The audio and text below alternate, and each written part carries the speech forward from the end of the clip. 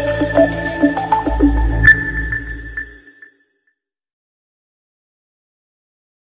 Everyone, सी language के lecture series में आपका स्वागत है। आज हम लोग पढ़ने वाले हैं यूजर डिफाइंड फंक्शंस। ये ऐसा टॉपिक है जहाँ पे जाने के बाद ज़्यादातर बच्चों में कन्फ्यूजन स्टार्ट हो जाता है, क्योंकि ये टॉपिक थोड़ा सा रियल वर्ल्ड की एनालिसिस मांगता है और ज़्यादातर बच्चे फर्स्ट ईयर में उसको मिस करते हैं। अब अगर मैं कहूँ आपको, पहली बात तो हम लोग बिल्कुल मैं स्क्रैच से इसको चालू करूँगा और ये थोड़ा सा लॉजिकल डिस्कशन है। मतलब स्पेशली मैं आपसे ये रिक्वेस्ट करूंगा, एडवाइस मेरी यही है कि अगर आप इस टॉपिक को समझना चाहते हैं तो इस वीडियो को पूरा का पूरा देखें, एक एक बात को बहुत ध्यान से सुनें, क्योंकि फंक्शंस में कोई हार्ड एंड फास्ट रूल नहीं होता। तो उसको किस तरीके से सोचना है मैं आपको सोचना सिखाऊंगा। मैं आपको यहाँ आज पढ़ा नहीं रहा हूँ, मैं आपको सिखाऊंगा कैसे फंक्शंस को सोचें, और फिर जब आप एक बार सोचना सीख जाएंगे तो अपने आप फंक्शन आप बना लेंगे। ठीक है, चलिए। तो अगर हम लोग शुरुआत से बात करें तो कि भाई फंक्शन है क्या, ठीक है। तो मैंने कहा कि functions are known as sub programs. Function को क्या बोलते हैं? सब प्रोग्राम्स होते हैं। They are the named block.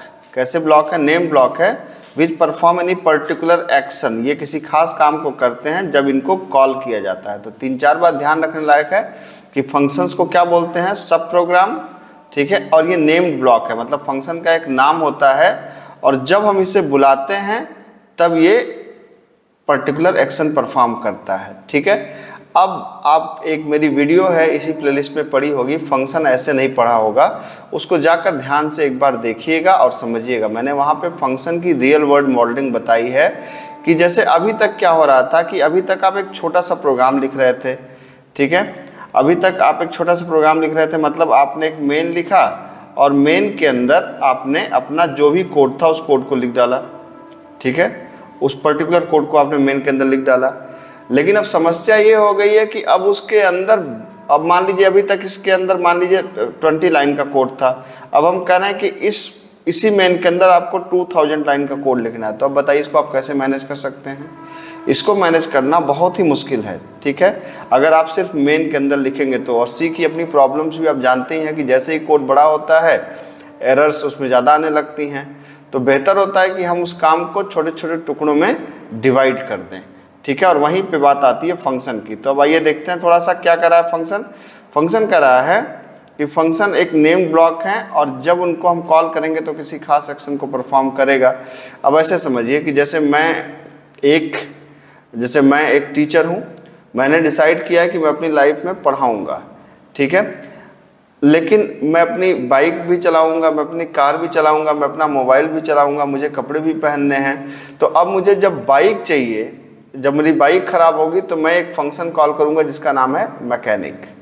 जब मुझे कपड़े सिलवाने होंगे तो मैं एक फंक्शन कॉल करूंगा, नाम है टेलर। जब मैं मेरे घर की साफ़ सफाई करानी होगी तो मैं एक फंक्शन कॉल करूँगा, ठीक है, जो मेरे असिस्ट करेंगे घर के कामों में। तो कहने का मतलब यह है कि हम लोग रियल लाइफ में भी तमाम फंक्शंस, तो जैसे मैं एक इंसान हूं तो मेरा मैकेनिक भी एक इंसान है। इसीलिए जो हमारा प्रोग्राम है, जैसे मैं एक इंसान, मैकेनिक एक इंसान, बिल्कुल उसी तरीके से आप समझिए कि एक जैसे प्रोग्राम, और प्रोग्राम का पार्ट क्या बोला जाएगा? सब प्रोग्राम। तो इसीलिए फंक्शन को क्या बोलते हैं? सब प्रोग्राम, प्रोग्राम का पार्ट, ठीक है। ब्रॉड कैटेगरी में अगर आप फंक्शन को डिवाइड करें तो 2 कैटेगरीज होती हैं, एक होता है लाइब्रेरी फंक्शन, एक होता है user defined function. Library function का मतलब क्या होता है? ऐसा फंक्शन जो बना बनाया होता है, जिनको हम लोग क्या करते हैं, जो बने बनाए होते हैं वो लाइब्रेरी फंक्शन है, और जो हम बनाते हैं उनको बोलते हैं यूजर डिफाइंड फंक्शन। अब हम क्यों बनाएंगे, हम अभी उस पर भी आएंगे आपको। सबसे पहले बात करते हैं लाइब्रेरी फंक्शन। लाइब्रेरी फंक्शन का मतलब क्या होता है कि ये सी या जो भी लैंग्वेज आप पढ़ेंगे उस लैंग्वेज की लाइब्रेरी आपको स्टैंडर्ड लाइब्रेरी प्रोवाइड करती है, ठीक है। ये किसी हेडर फाइल के अंदर डिफाइंड होते हैं। अभी आपने सबसे पहले जब पढ़ा होगा तो आपने पढ़ा होगा कि studio.h के अंदर प्रिंटअप स्कैनअप होता है। आपने अभी पढ़ा इससे ठीक पहले के लेक्चर में कि strlen, clr, strlen और strcpy ये सब string.h के अंदर होता है, ठीक है। तो हम अब यहाँ पे इंपॉर्टेंट है, only we call this functions without knowing the background detail of these functions.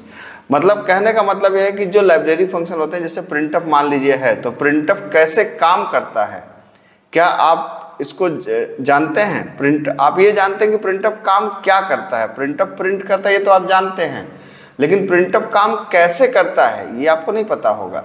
CLR आता है और स्क्रीन को साफ करके चला जाता है, लेकिन वो कैसे करता है आपको नहीं पता है, ठीक है। जैसे strcpy फंक्शन एक स्ट्रिंग को दूसरे में कॉपी किया, लेकिन कैसे कॉपी किया ये आपको नहीं पता है।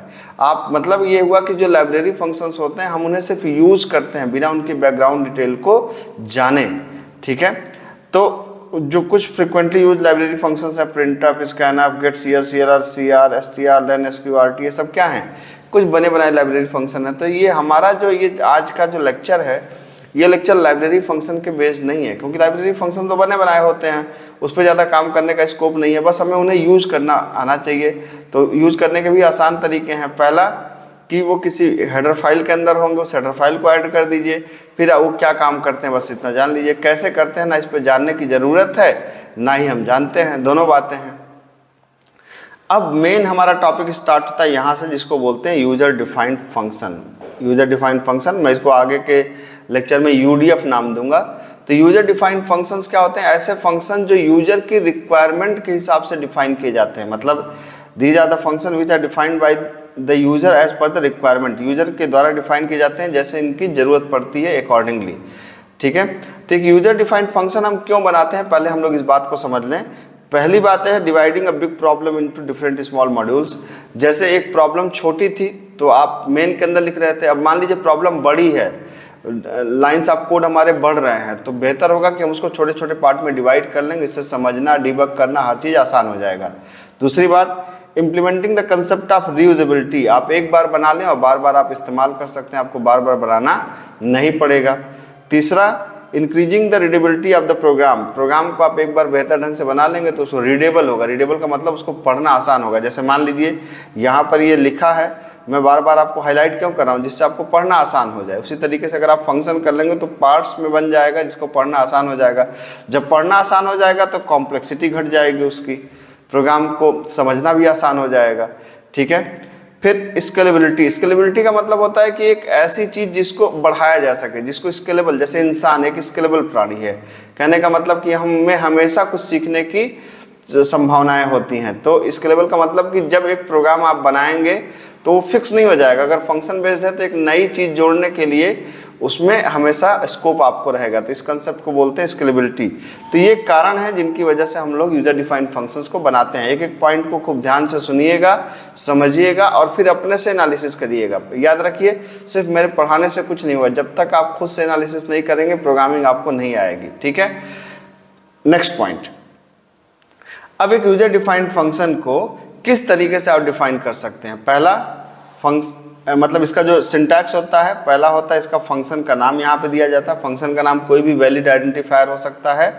ये है आपका आर्गुमेंट लिस्ट, मतलब क्या फंक्शन लेगा ये आर्गुमेंट कहलाता है, और क्या रिटर्न करेगा ये रिटर्न, मतलब फंक्शन क्या देगा, ठीक है।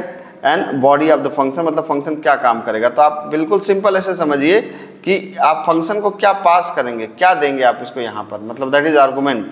रिटर्न टाइप मतलब फंक्शन आपको क्या देगा। जैसे अगर मैंने कहा कि इसको मैं ऐसे जोड़ूं तो समझिए कि जैसे मैंने एक फंक्शन कॉल किया टेलर, है ना। तो टेलर को हमने क्या किया, टेलर को हमने दिया क्लॉथ, ठीक है। क्लॉथ दिया हमने, या पीस का सूट का पीस दिया, या जो भी क्लॉथ हमने उसको दिया, उसने हमें क्या रिटर्न किया, उसने हमें रिटर्न किया मान लीजिए कि चल सूट, ठीक है। तो फंक्शन का नाम क्या है, टेलर। हमने उसे दिया क्या, क्लॉथ। उसने हमें क्या दिया, सूट। तो हमने दर्जी को दिया कपड़े और उसने हमको दिया उस कपड़े का बना करके सूट। तो आप समझ सकते हैं कि जो हम लोग, जैसे अगर मैंने एक फंक्शन कॉल किया मैकेनिक, मान लीजिए हमने एक फंक्शन कॉल किया मैकेनिक, तो जो हमारा मैकेनिक फंक्शन है, ठीक है, मैकेनिक फंक्शन हमारी क्या लिया, हमारी बाइक को क्या लिया, आर्गुमेंट लिया। और बाइक को आर्गुमेंट लेने के बाद क्या वो हमें नई बाइक देगा, नहीं, उसी बाइक पे काम करेगा। तो हम करेंगे हमें कुछ नहीं देगा, हमें कुछ नहीं देगा मतलब वाइड, ठीक है। तो ऐसे समझ लीजिए कि इसका मतलब है कि फंक्शन का नाम क्या है, मैकेनिक। उससे बाइक बनवानी है तो हमको बाइक को क्या करना पड़ेगा, बाइक को देना पड़ेगा। तो बाइक क्या हो गया, आर्गुमेंट। अब चूंकि वो कोई नई चीज़ तो हमको दे नहीं रहा है बना के, बाइक पे ही काम कर रहा है, तो वो कुछ हमें वापस नहीं करेगा। जब वापस नहीं करेगा तो यहाँ पे लिख देते हैं वाइड। मतलब अगर वही देखिए मैंने लिखा कि इट, जैसे रिटर्न टाइप क्या करता है, it specifies which type of value will be return by the function, here we specify the data type of return value, if there is nothing to return then write void here. मतलब अगर कुछ भी return करने को नहीं है तो क्या लिखिए, वहां पे लिख दीजिए वाइड। ठीक है, तो अब कहने का मतलब यह है कि रिटर्न टाइप फंक्शन क्या देगा, फंक्शन का नाम क्या होगा, आर्गुमेंट क्या होगा, बॉडी ऑफ द फंक्शन क्या होगी। अब यहीं पे देखिए, यही मैंने कहा कि इसको खूब ध्यान समझिएगा। अब एक प्रोग्राम, एक किसी काम को हम लोग रिटर्न से भी करवा सकते हैं, बिना रिटर्न से भी करवा सकते हैं, आर्गुमेंट से भी करवा सकते हैं, बिना आर्गुमेंट से भी करवा सकते हैं।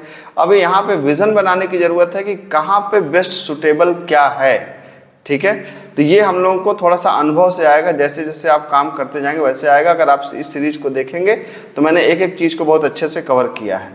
ठीक है, अब देखिए, अब जैसे आप एक फंक्शन बनाने जा रहे हैं, जैसे during creation of an UDF you must follow the following 3 steps. आपको ये 3 स्टेप फॉलो करने पड़ेंगे। पहला कौन सा, फंक्शन डिक्लेरेशन और फंक्शन प्रोटोटाइप। किसी फंक्शन को आप डिक्लेयर करते हैं। ठीक है, तो सबसे पहला काम होता है किसी फंक्शन को हम डिक्लेयर करते हैं या उसको बोलते हैं फंक्शन प्रोटोटाइप। यहाँ पे क्या करते हैं, यहाँ पे हम कंपाइलर को बताते हैं कि फंक्शन का नाम क्या होगा, वो क्या आर्गुमेंट लेगा और क्या रिटर्न करेगा। जैसे अगर फंक्शन का नाम डेमो है, मान लीजिए कि हम एक फंक्शन बनाने जा रहे हैं जिसका नाम क्या है, डेमो, तो हम ये बता रहे हैं यहाँ कंपाइलर को कि डेमो, फंक्शन का नाम डेमो है, ये कोई वैल्यू नहीं लेगा, ना ही कुछ रिटर्न करेगा, इसलिए दोनों तरफ वाइड लिखा है। अब मान लीजिए एक और हमने ऐसे दूसरा प्रोटोटाइप बनाया, हमने कहा फंक्शन का नाम डेमो है, वो 2 इंटीजर लेगा और रिटर्न कुछ नहीं करेगा। ठीक है, अब मान लीजिए हमने ऐसा फंक्शन बनाया तो हमने कहा फंक्शन का नाम डेमो है, 1 इंटीजर लेगा और रिटर्न करेगा। आप अभी सोच सकते हैं क्या कर रहे हैं, कभी लेगा कभी रिटर्न करेगा, थोड़ा धैर्य रखिए। ठीक है, थोड़ा सा पेशेंस रखना पड़ेगा, क्योंकि फंक्शन एक अलग ढंग का टॉपिक है, पूरी विजन आपको बनाने पड़ेंगे। तो मैं यहाँ पे सिर्फ ये बताने की कोशिश कर रहा हूँ कि फंक्शन आप डिक्लेयर जो कर सकते हैं 3 तरीके से। तो ये फंक्शन जो है आपका, ये हम बता रहे हैं कि जैसे प्रोटोटाइप का मतलब होता है, कंपाइलर को हम बताते हैं कि हमारा फंक्शन कैसा होगा, मतलब उसका नाम क्या होगा, उसका आर्गुमेंट क्या होगा और उसके रिटर्न टाइप क्या होगा, ये हम बताते हैं।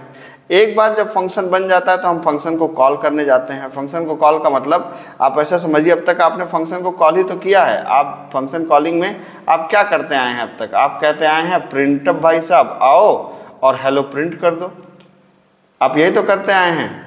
आपने कहा कि strlen भाई साहब आइए, इस नाम को लीजिए और इसकी लेंथ को रिटर्न कर दीजिए इसके अंदर। तो इसका मतलब क्या है कि ये जो आप कर रहे हैं, दिस इज फंक्शन कॉलिंग। तो ये क्या है कि जब हम फंक्शन को बुलाते हैं कि फंक्शन आओ और अपना काम परफॉर्म करो, तो ऐसे समझिए फंक्शन का नाम प्रिंटफ है, ये क्या लेगा, आर्गुमेंट लेगा, ये हो गया आर्गुमेंट और इसको फिर प्रिंट करेगा। strlen क्या है, ये आर्गुमेंट है और जो हमको लेंथ देगा ये क्या है, हमारी रिटर्न वैल्यू है।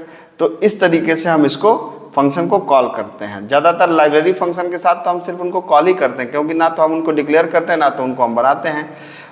अब हम यहाँ बात करें यूजर डिफाइंड फंक्शंस की। अब तीसरा इंपॉर्टेंट पॉइंट है फंक्शन डेफिनेशन। फंक्शन डेफिनेशन का मतलब कि यहाँ पर हम बताते हैं कि हमारा फंक्शन क्या काम करेगा।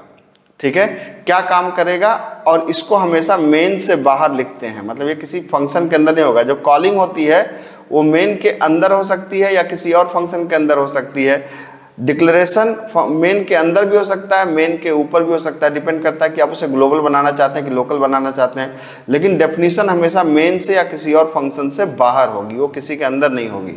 ठीक है, तो फिर से मैं इसको समराइज कर रहा हूँ कि पहले हम लोग फंक्शन बनाने के दौरान पहले हम लोग फंक्शन को डिक्लेयर करते हैं या उसका प्रोटोटाइप बनाते हैं, फिर फंक्शन को हम लोग कॉल करते हैं, उसके बाद फंक्शन को हम लोग डिफाइन करते हैं। तो इस 3 टॉपिक को याद रखिएगा कि फंक्शन को पहले डिक्लेयर करते हैं, फिर फंक्शन को कॉल करते हैं, फिर फंक्शन को डिफाइन करते हैं। ठीक है, अब आइए, अब आते हैं कि एक फंक्शन को आप कितनी कैटेगरी में डिवाइड कर सकते हैं। तो ब्रॉड कैटेगरी जो सी लैंग्वेज में हम लोग बात करते हैं, 3 कैटेगरीज होती हैं। वैसे तो 4 भी हो सकती हैं, लेकिन सी में हम लोग 3 की ज़्यादातर बात करते हैं। Function with no argument and no return value, function with argument but no return value, function with argument and return value. घबराइएगा नहीं, मैं एक एक करके सबको समझाता हूँ। अब हम लोग आते हैं पहले पे, function with no argument and no return value. तो मैंने कहा कि अगर आप कोई ऐसा का, ध्यान से मेरी बात सुनिएगा, अगर आप कोई ऐसा काम करने जा रहे हैं जिसका नेचर ऑफ जॉब स्टैटिक है। स्टैटिक का मतलब क्या है कि कोई फिक्स तरह का काम करने जा रहे हैं। जैसे आपको याद होगा ना जैसे आपने अगर टर्बो सी यूज किया होगा तो टर्बो सी में हम लोग एक फंक्शन, देव में तो मैंने कभी यूज नहीं कराया आपको, लेकिन टर्बो सी में आपने एक फंक्शन यूज किया होगा CLR, ठीक है। ये क्या होता है, ये एक ऐसा फंक्शन है जैसे हमारे घर पे जो हमारे सपोर्ट वाले लोग होते हैं, जो मान लीजिए जो स्वीपर या इस तरह सपोर्ट वाले लोग होते हैं, वो क्या करते हैं, वो आते हैं, झाड़ू लगाते हैं और जाते हैं। उसी तरीके से CLR आपने पढ़ा होगा, ये क्या करता है, आता है, झाड़ू लगाता है और चला जाता है। तो एक ऐसा फंक्शन जिसका नेचर आप जब फिक्स है, आओ और झाड़ू लगाओ और जाओ, उसमें कुछ चेंज है ही नहीं है, बस एक ही तरह काम रोज करना है आपको। तो जब कोई स्टैटिक ऑपरेशन परफॉर्म करना हो और उसमें कोई चेंज ना हो, स्टैटिक का मतलब होता है कि जिसमें कोई चेंज ना हो। स्टैटिक डायनामिक पॉइंटर से मत जोड़िएगा, स्टैटिक का मतलब मैं कहना चाह रहा हूँ कि सिर्फ एक ऐसा काम जो फिक्स हो, जिसमें कोई चेंज ना हो, ठीक है, तब हम किस कैटेगरी का यूज करते हैं, इस कैटेगरी का यूज करते हैं। अब इसको मैं आपको समझाता हूं कि जैसे मान लीजिए कि आपको ये एक प्रोग्राम प्रिंट करना है, जैसे आपको एक लाइन प्रिंट करनी है, फिर यूनाइटेड कॉलेज प्रिंट करना है, फिर एक लाइन प्रिंट करनी है और फिर एक लाइन प्रिंट करनी है। तो अब इसको अगर हम लोग देखें तो पहले मैं आपको इसको नॉर्मल तरीके से करके बताता हूँ, ठीक है। मैं फिर से आपको बार बार रिमाइंड करूँगा कि ये थोड़ा सा इंटेलेक्चुअल डिस्कशन है, थोड़ा सा दिमाग वाला काम है फंक्शन पे, तो थोड़ा सा इसको ध्यान से समझिएगा, पेशेंस के साथ, वीडियो भगा के देखने की ज़रूरत नहीं है, ठीक है। अब क्या हुआ कि जैसे अब देखिए, अगर आपको ये आउटपुट प्रिंट करना है तो पहले मैं इसको नॉर्मल तरीके से करता हूँ, फिर मैं इसको फंक्शन से करूँगा, तब आपको एकदम क्लियर हो जाएगा कि क्या डिफरेंस हुआ, ठीक है। तो मान लीजिए कि मुझे अगर ये आउटपुट चाहिए तो मैं क्या कर सकता हूँ, पहले एक लाइन है, तो लाइन को प्रिंट करने के लिए हम लोग का जो स्टैंडर्ड तरीका हो सकता है वो क्या हो सकता है कि हमने एक लूप चलाया कि i = 1, i <= 70, i++, और हमने प्रिंट कर दिया किसको, हमने प्रिंट कर दिया स्टार को। तो एक लाइन अगर 70 टाइम स्टार आप प्रिंट करेंगे तो it will look like a line, ठीक है। उसके बाद आप प्रिंट करना है, मान लीजिए आपने यहाँ पे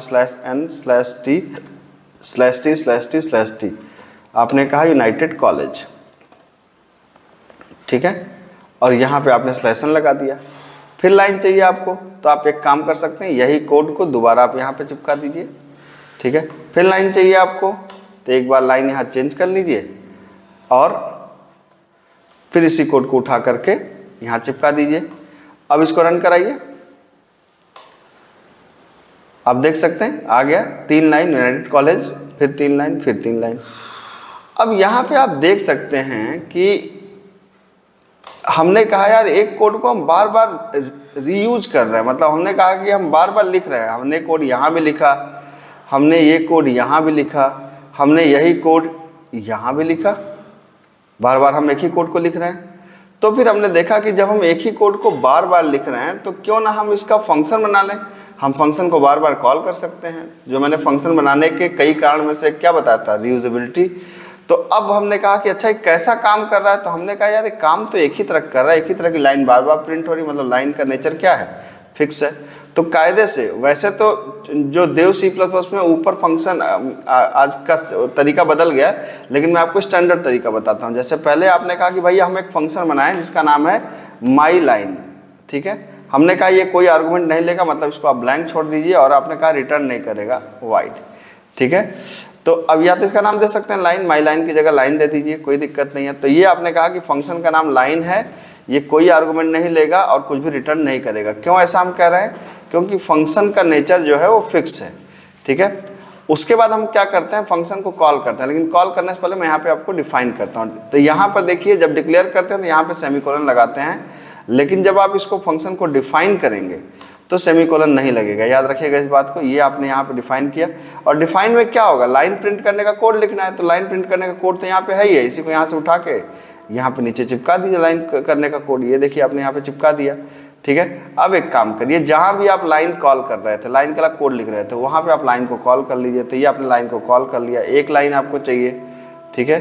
फिर यहाँ पे क्या चाहिए, दूसरी लाइन चाहिए आपको, फिर क्या चाहिए आपको, तीसरी लाइन चाहिए यहाँ पे, ये देखिए।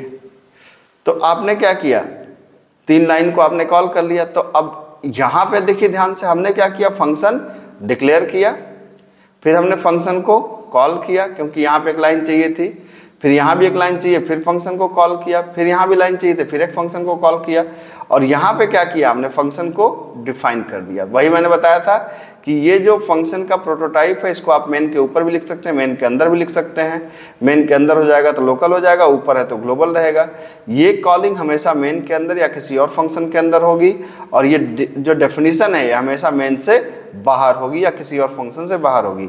अब आइए इसको रन करा के देख लेते हैं। देखिए आउटपुट सेम का सेम है, और अगर आप कोड को देखें तो अब कोड आपका ज़्यादा क्लियर लग रहा है। ठीक है, तो फंक्शन एक ऐसा टॉपिक है, मुझे शायद यकीन नहीं है इस बात का कि आप लोग लास्ट तक, इतना पेशेंस आज के यूथ में नहीं है कि वो लास्ट तक इन चीज़ों को देख सके, और आपने देखा तो आपको बधाई। और मैंने अपनी पूरी कोशिश करी फंक्शन को समझाने की। आगे वाले लेक्चर्स में हम लोग और इस कैटेगरी पे बात करते हैं। मिलते हैं, थैंक यू।